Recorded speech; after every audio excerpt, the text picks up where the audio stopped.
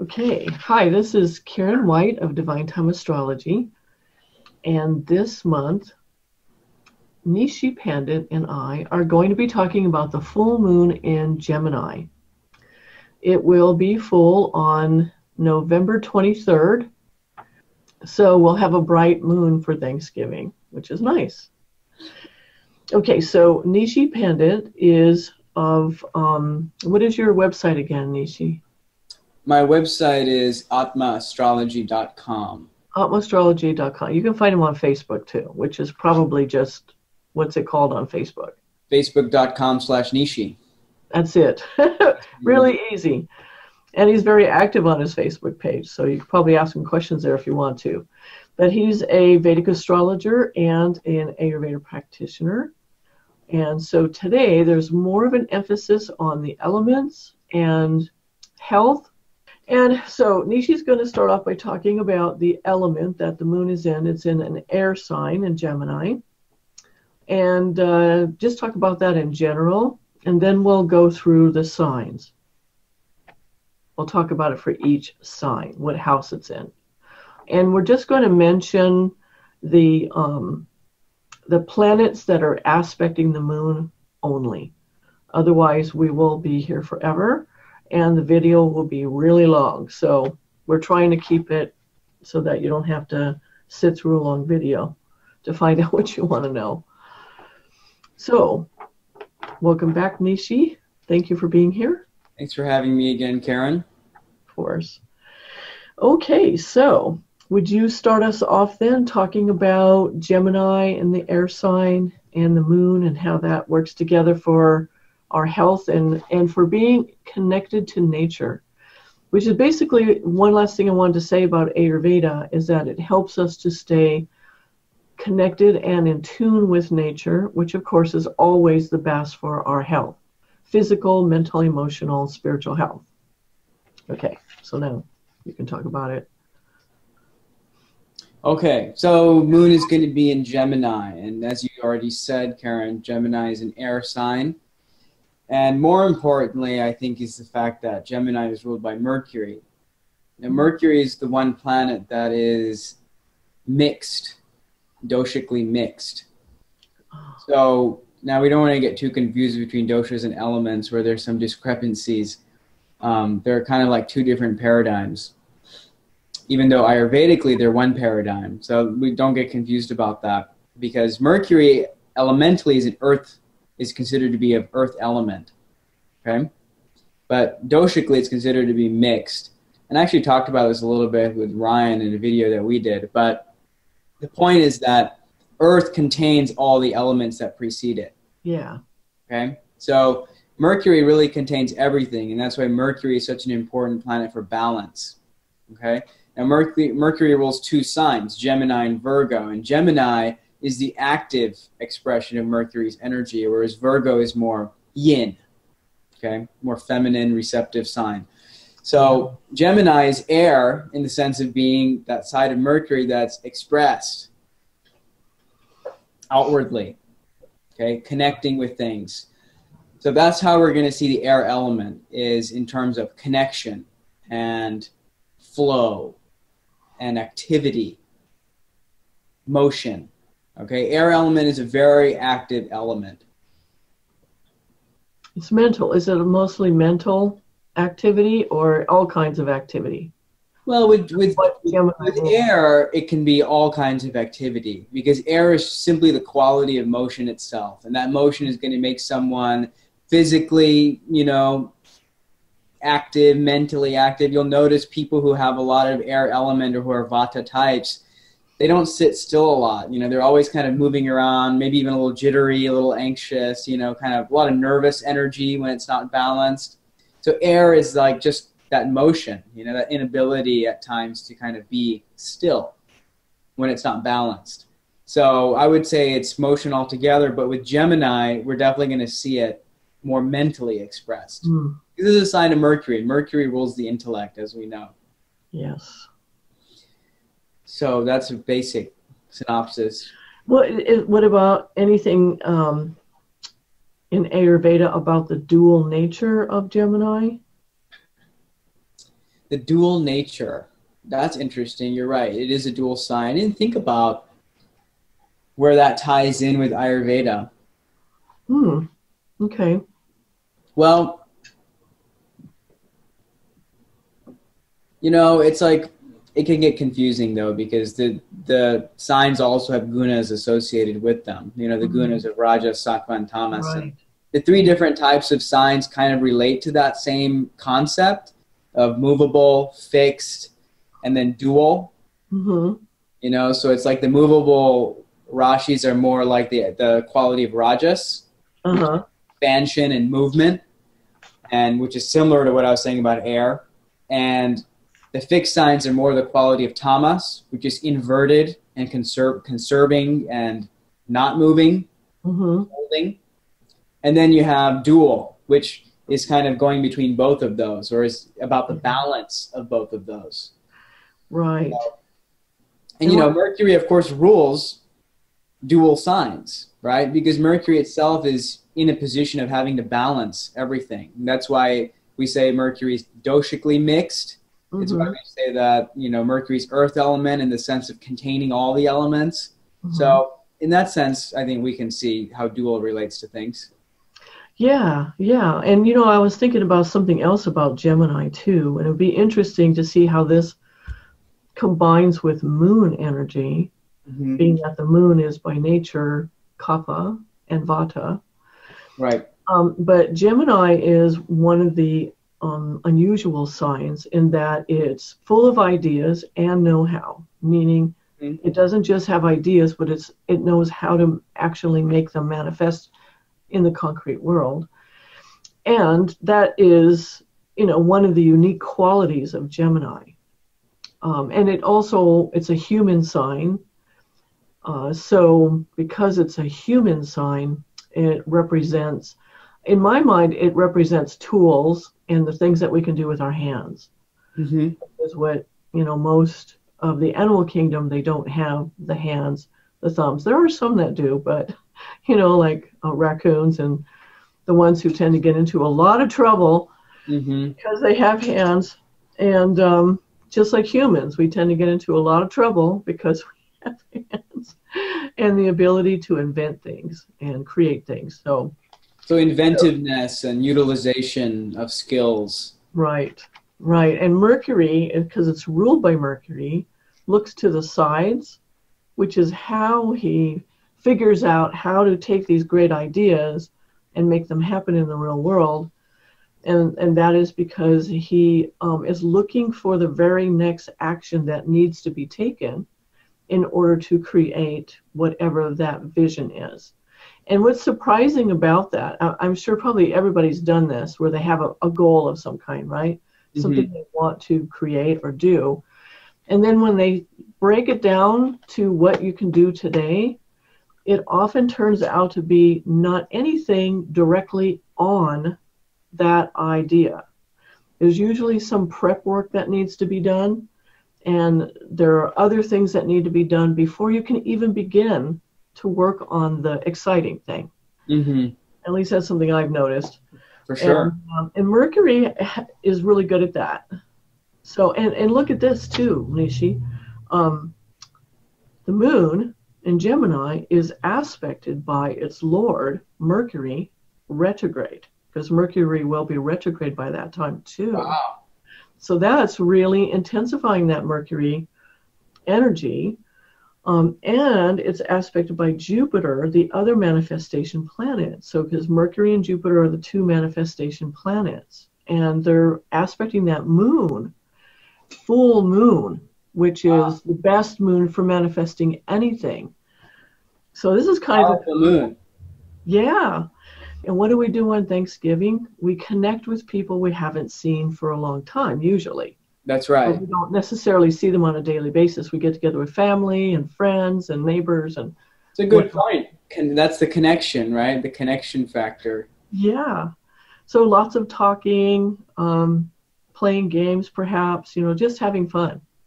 So it's a nice moon for Thanksgiving. Even though it won't be exactly on Thanksgiving, it's still quite full. So maybe all of these people who are getting together with their families, for a lot of people, maybe that's something they look forward to. But I know there's probably a significant percentage of people for whom that may be a dreaded event. That's true. And maybe this moon is an auspicious omen for them that, you know, maybe those family members with whom they have difficulties and so forth, maybe this is a time when they'll find a way to connect, or there'll be something that brings people together in a connection. Yeah, because it's not in a water sign, so it's not about emotion. Right. It's more about fun, right? Conversation, connecting, and not anything too deep or too intense. And that's one of the qualities of air, I'll also say, is enthusiasm and inspiration. True. So he's also aspected by the sun, of course, because he's full. And right. He's also aspected by Mars. And Mars is in Pisces, is in a water sign. And Moon-Mars combinations is also quite creative. It can be very creative because Mars is so logical. Mm-hmm. Mars is the engineer planet. Mm-hmm. So when people get together, you know, they may come up with plans for things that they want to do together, mm-hmm. you know, after the day is over. And it's brothers. Mars is brothers, too, especially younger brothers and older sisters. Right. Yeah, so I'm looking forward to Thanksgiving now. Because right. Everyone should look forward to this Thanksgiving because maybe some interesting things that transpire. Right. I usually look forward to Thanksgiving anyway. It's just that it's a lot of work because there's a lot of cooking. Yeah, it is. It's a big event. It is. Okay, so we can start with Aries. And okay. For Aries, the full moon is in the 3rd house of siblings and communication and workmates and skills. Are we going to look at your screen? Oh, yes, of course. Here we go. Starting with Aries, the full moon is in the 3rd house, and that is siblings and skills, communication, and workmates, that kind of thing. So there might be stuff going on at work too. Not everybody gets like the whole week off for Thanksgiving. They might just get a little bit of extra time off the day before. So you'll be, you know, talking and connecting with all of the people just mentioned. It's also neighbors. It's like your immediate neighborhood as well. So would you like to say something about it now, Neeshee?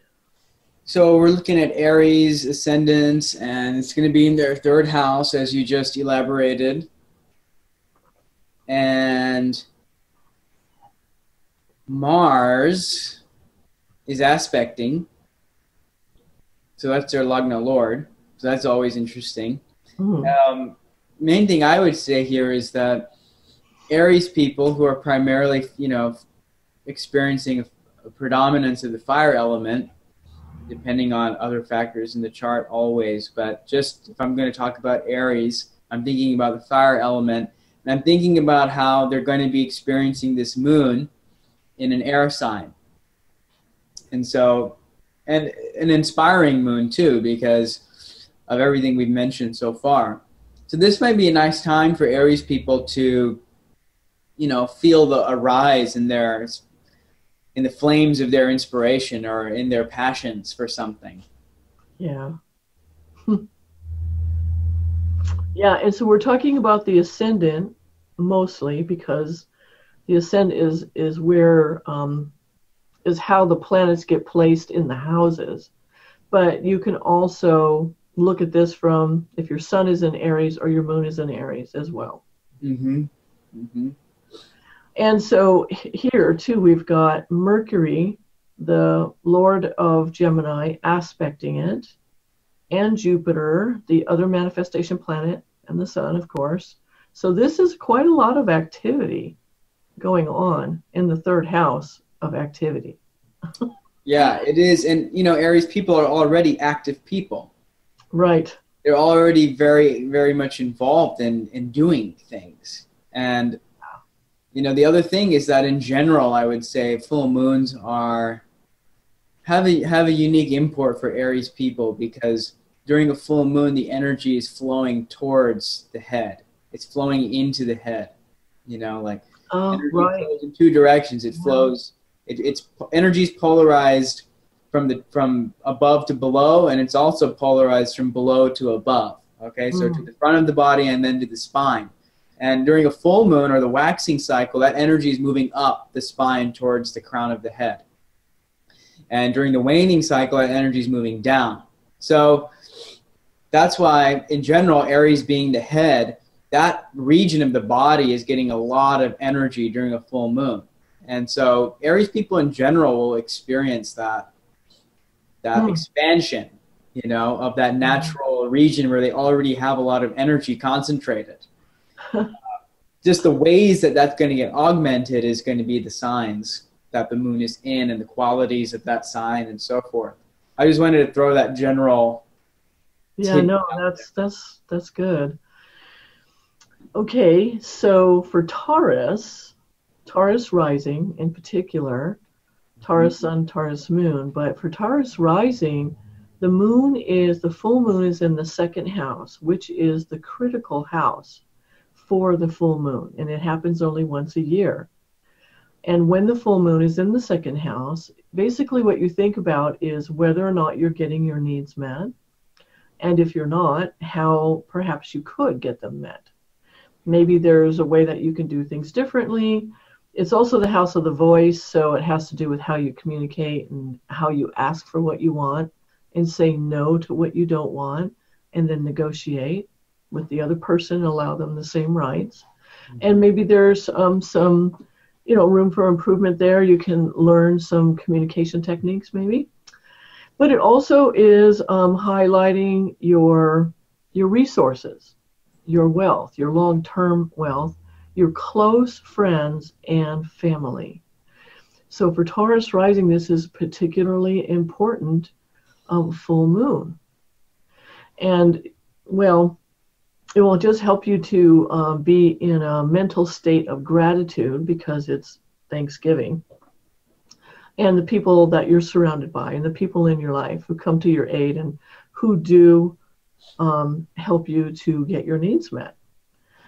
And these other planets, Mercury, Jupiter, Sun, Mars, aspecting that is just going to intensify it even more. And let me see. If we want to get, the seventh house lord. So Mars is the seventh house lord for Taurus rising. And so your partners of various kinds will also have a big part of this day. And then Mercury, they're aspecting it too. So if you are thinking that maybe you're not getting enough of your needs met, Mercury aspecting his own sign will help you to see how maybe you could do things differently in order to get more of your needs met over the coming year, because he won't be here again until next year. So your turn, Neeshee. Okay. Taurus ascendant. What's interesting about this, what you're saying, Karen, about the second house and getting your needs met, is that I think with this moon, people will see something about, the needs that they haven't been meeting or haven't been getting met for them. And with this type of moon in Gemini, with Mercury's aspect and everything, I think the solutions to that can become evident for a person quite readily. Yeah. So this is a good time to face, those buried things that you might have and that you might not want to be acknowledging, because if you let it come to light, you just might find the answer to that hole, So there's a lot of potential in these full moons, as we are discovering doing these videos. Every full moon seems to hold some kind of unique opportunity for people. So I think this is a great full moon for Taurus people. Taurus people are, of course, earthy in nature, because Taurus is an earth sign. This moon is ruled by a planet that's of earth element, so there's some of that connotation of stability. Now, the way I would look at it is that Mercury is a planet that helps us find stability through resourcefulness and the utilization of our abilities and things of that nature. And it looks like I got stuck. Uh-oh, yeah. Now I'm back. I didn't notice it for a second. So Mercury helps us, what was I saying? Mercury helps us find solutions to things. Why was I saying that? Earth element and stability. Okay, Mercury helps us find stability through the management of our abilities and resources and finding solutions to things in life. Now, Taurus is going to benefit from the energy of Gemini because Gemini is that active expression of Mercury, that which discovers the solutions, that which the inspiration strikes them to utilize, you know, their skills, the tools that are accessible to them. So the answer may not be very far from you. You know, the answer may be, in fact, right there. And it's just a matter of utilizing it. So you need a little air element in there to move that solid earth around a little bit. And by rearranging the soil, maybe you find, you know, a new seed. And so I think that's something along the lines of how this moon is happening for Taurus people. Yeah, you know, I was wondering too, simply because it is in the second house of what goes into the body, food, right? And Thanksgiving is, well, food is a big feature of Thanksgiving. Feasting. Do you have any, yeah, right? Do you have any suggestions about how to prevent maybe having an upset stomach later on in the day? Well, you know, with a thing like Thanksgiving, people are definitely going to be overeating. And so if I sit here and say, well, you know, you really don't want to overeat. You just want to eat until you're about 3/4 full and have a little bit of hunger left, which is like a traditional recommendation. That's not going to be fulfilled. No. So your best bet is remediation. You need to take, you know, you need to just take herbs basically that help you digest the food. Oh, good idea. And that's smart because Taurus people, you know, again, hard to tell what type of constitution this person really has altogether. But just taking the connotation of Taurus as an earth sign, typically these are heavier people with slower digestive processes and who have a lot of substance to them already. They have a lot of form, you know. They're well-formed, nourished people. So they might not have the best digestive capability. In which case they're benefiting from this moon, which has that air element, which is going to move things around a little more, where otherwise there might be stasis.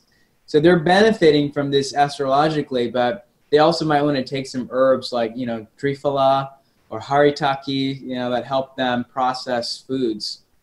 Oh, okay, that's great. A great suggestion.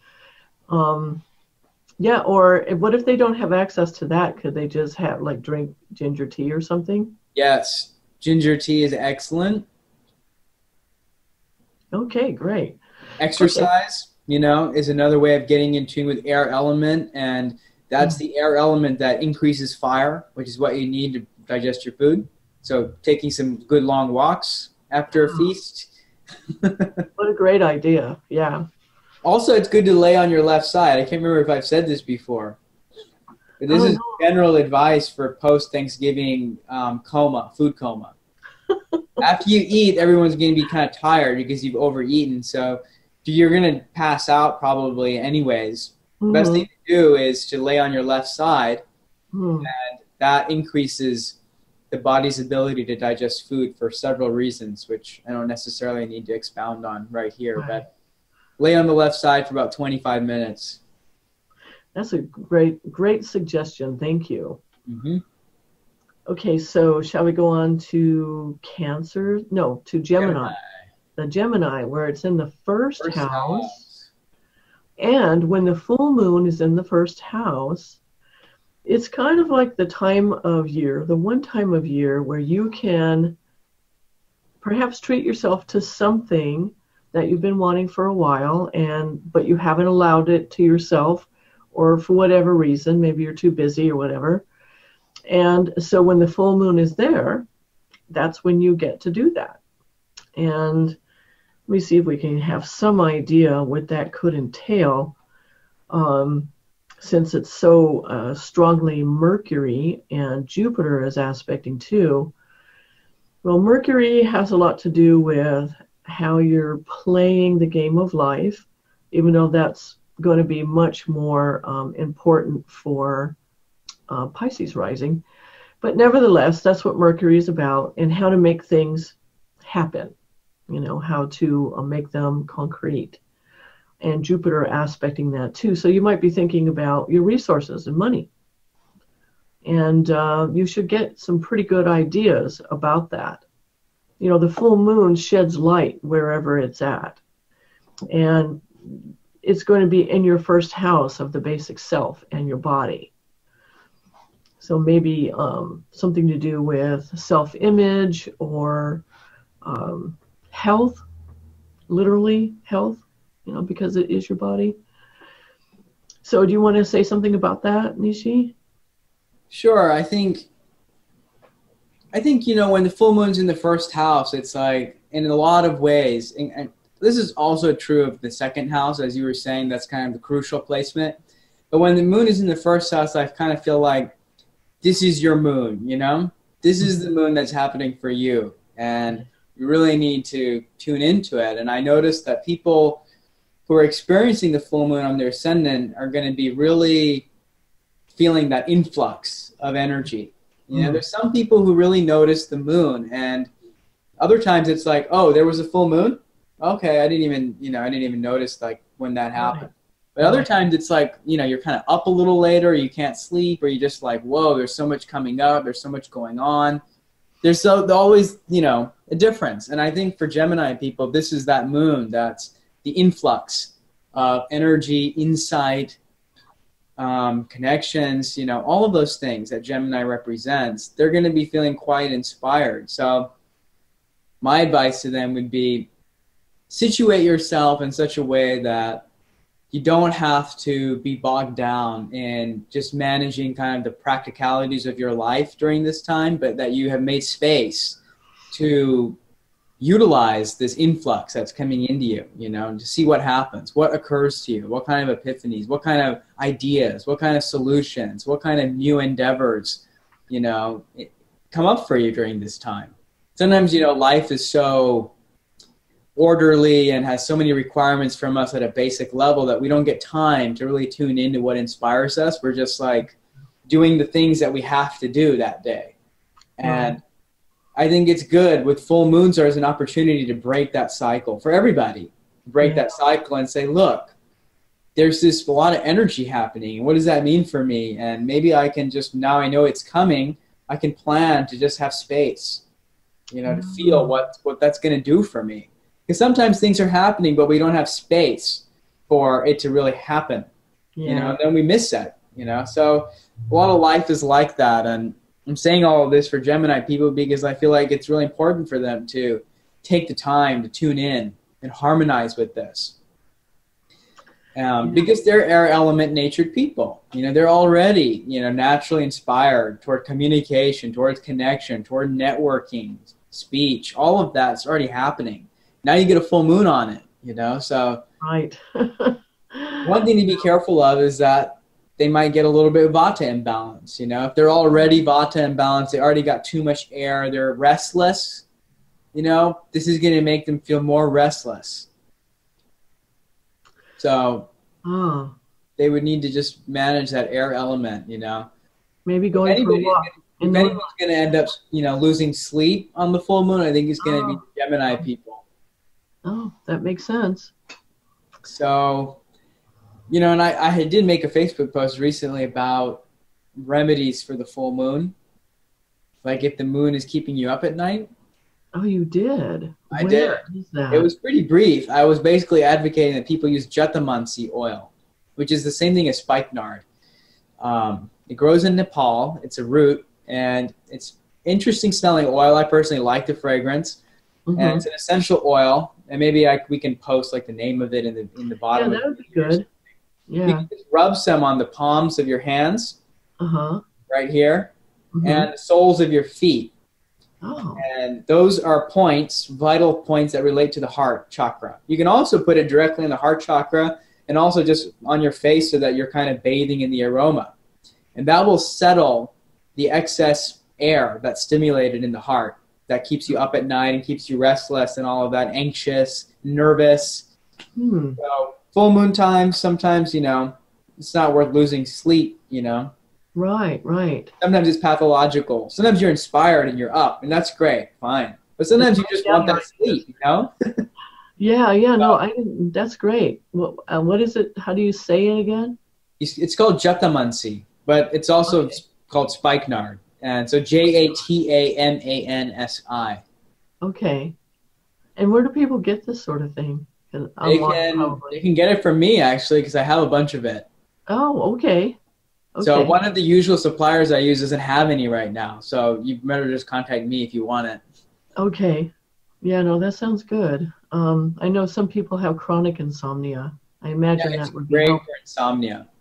Right. And then if you combine it with, because we have something else going on here too, and that is we have 2 out of the 3 planets aspecting the moon that you need for writing. And one of the things I often recommend for people who have chronic insomnia is to do a stream of consciousness writing before they go to sleep, and just write whatever comes to their mind without worrying about, grammar, spelling, punctuation, or making sense. And it tends to really soothe the nervous system and help them to sleep. And so combine it with what you're recommending for people who are like real hard cases, have a really hard time sleeping. Maybe they usually take medication or something. Exactly. I'm wondering if between those 2 things, that could be enough to no longer need that kind of medication. Yeah, I think so. I've seen a lot of incredible results with Jatamansi oil.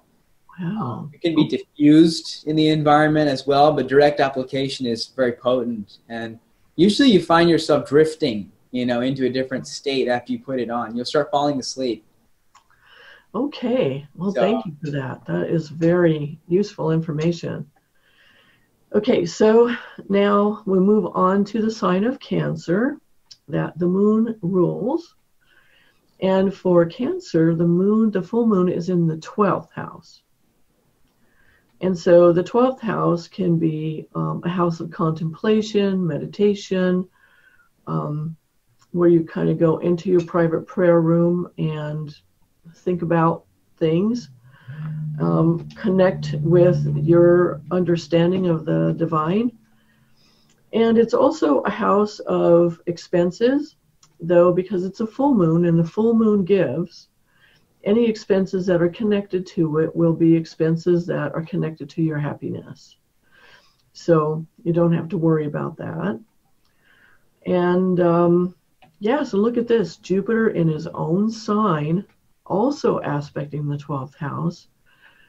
And the full moon there. That looks like a very, wow, this could be like some maybe breakthrough spiritual realizations and epiphanies and insights. So again, perhaps doing some journaling as well, and taking some time to yourself alone, either before all the activities of the day begins or at the end, before you go to sleep. Seems like this would be very productive, very fruitful for you.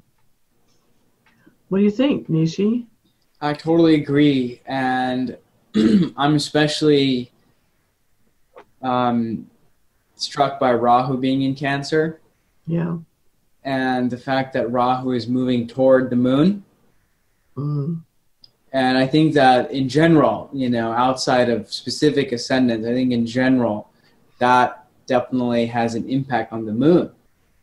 The fact that Rahu is moving toward it. So it shows that we already kind of know this just by it being in an air sign, the moon. But there's definitely an expansive quality to this full moon. Right.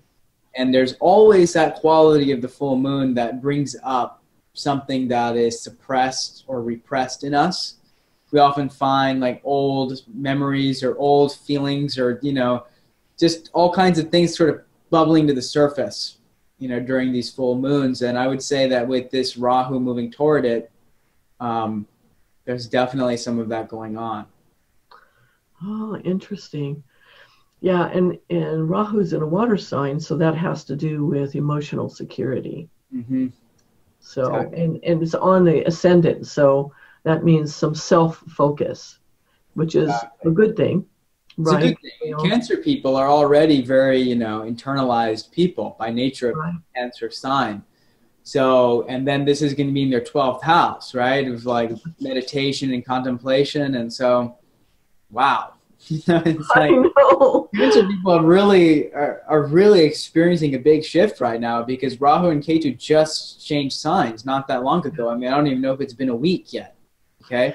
So they just got hit with this transit, which is going to be there for a while. And then there's this full moon that's in their 12th house. And so, boy, I mean, this is introspection city for them. This is true. So it would be interesting if we could hear from some people who have Cancer rising. If you wouldn't mind, like maybe making some comments below the video or at Neeshee's Facebook. I put it up on Facebook too, though I'm not as active on Facebook as you are. So if you have any questions or just tell us how it went for you, it would be really interesting. It would be interesting to know. Yeah, we would appreciate that. Okay, so now on to Leo. And for Leo, the full moon is in the 11th house. And the 11th house is one of the houses of gains, a house of increase. So it could be related to your job, your career, your business, an increase perhaps in money or an influx of something, especially because Jupiter is also aspecting that house, the planet of wealth, and, manifestation, and Mercury, these two great manifesting planets aspecting it. So that could be something, fortuitous in terms of your income and or side ventures. It's also a social house. Usually it's connected with colleagues, but there are a lot of different ways that you can interact with people, not necessarily family members or close friends, but just people in general. And that too is going to bring something nice for you because that's the full moon. He gives. And he brings light perhaps to something that you've been thinking about and wanting to know more about. And so when the moon is full, all that comes to fruition and you get the insight that you're wanting. Let me see here. Yeah. So do you have anything to say about that? Sure. I think for Leo people, this is going to be a moon of fruition of things and a ripening of things that they've been putting their efforts into. So I'm looking forward to this. And you have Leo rising, don't you? I'm Leo rising. Yeah. Okay. Looking forward to this full moon. And the other thing is that Leo people are fire. Leo's a fire sign, but they're different from the fire of Aries in that it's fixed. Leo's fixed sign. So they're not the fire that's moving all over the place. Mm-hmm.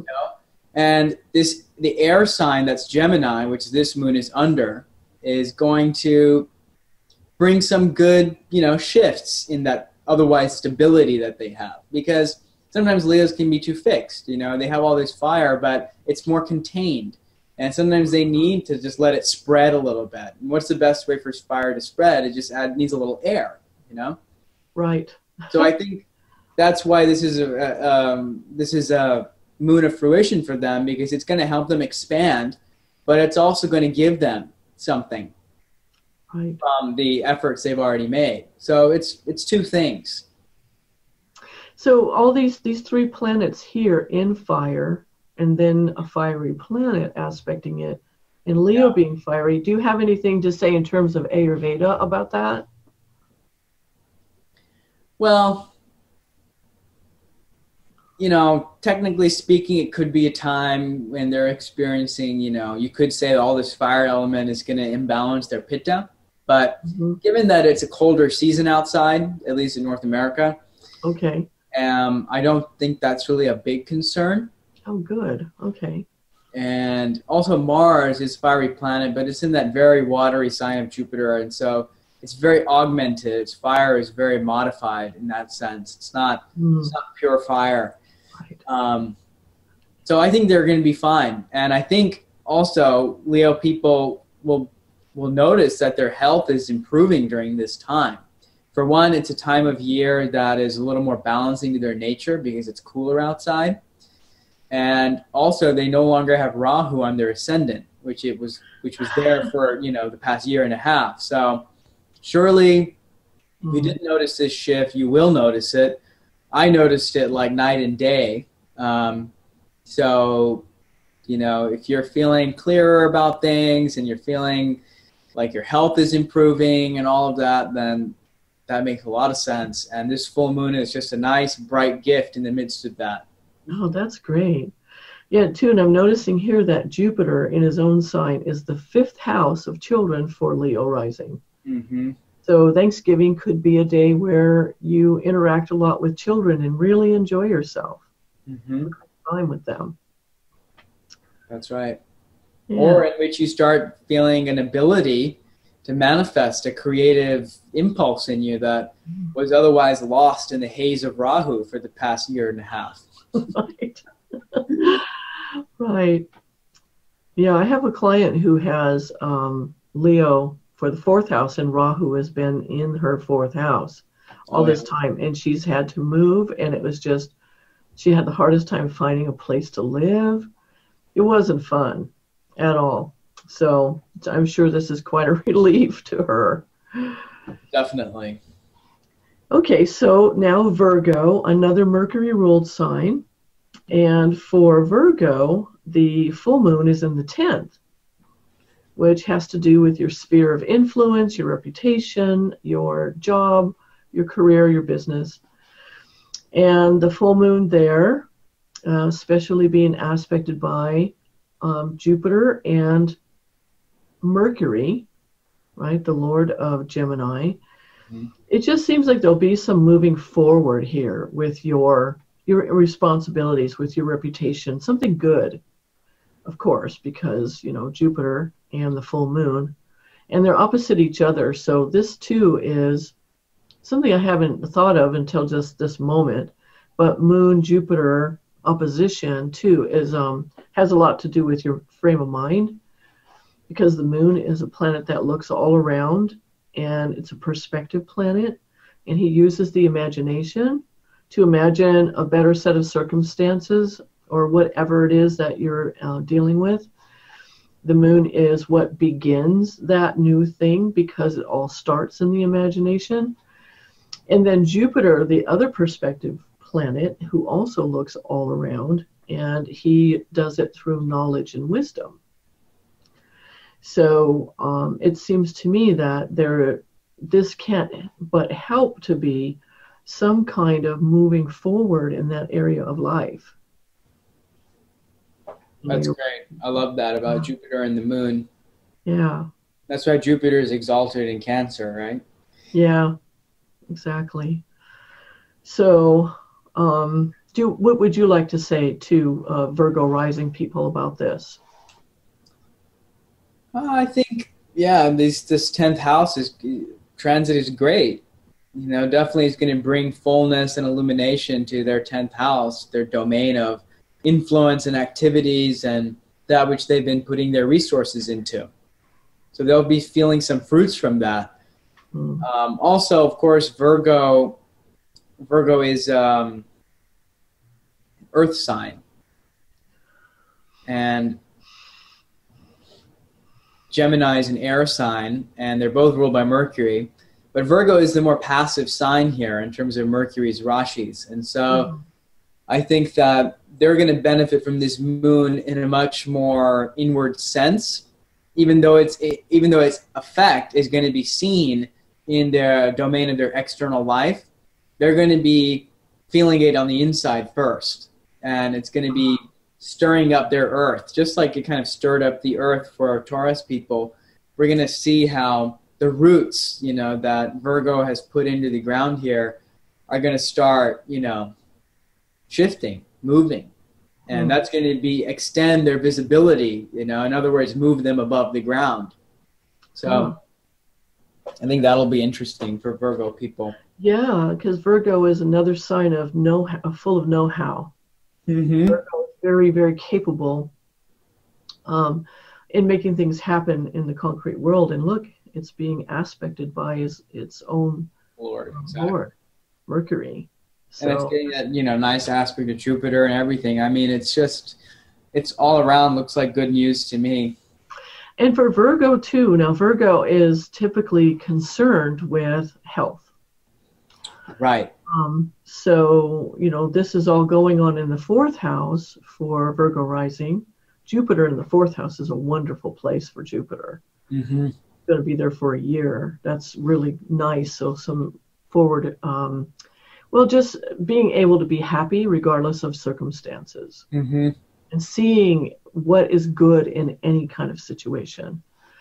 Now, Mars opposing Virgo rising, is there any anything to worry about with that at all, or any thing to consider in terms of the body for Virgo with that? No, I think it's totally fine. You know, that transit, I think it's a nice influence of fire in the midst of the air from this moon, and already being an earth sign. I think they're getting a nice blend of influences right now. That's really going to help them. That's really wonderful. Okay, we'll go on to Libra.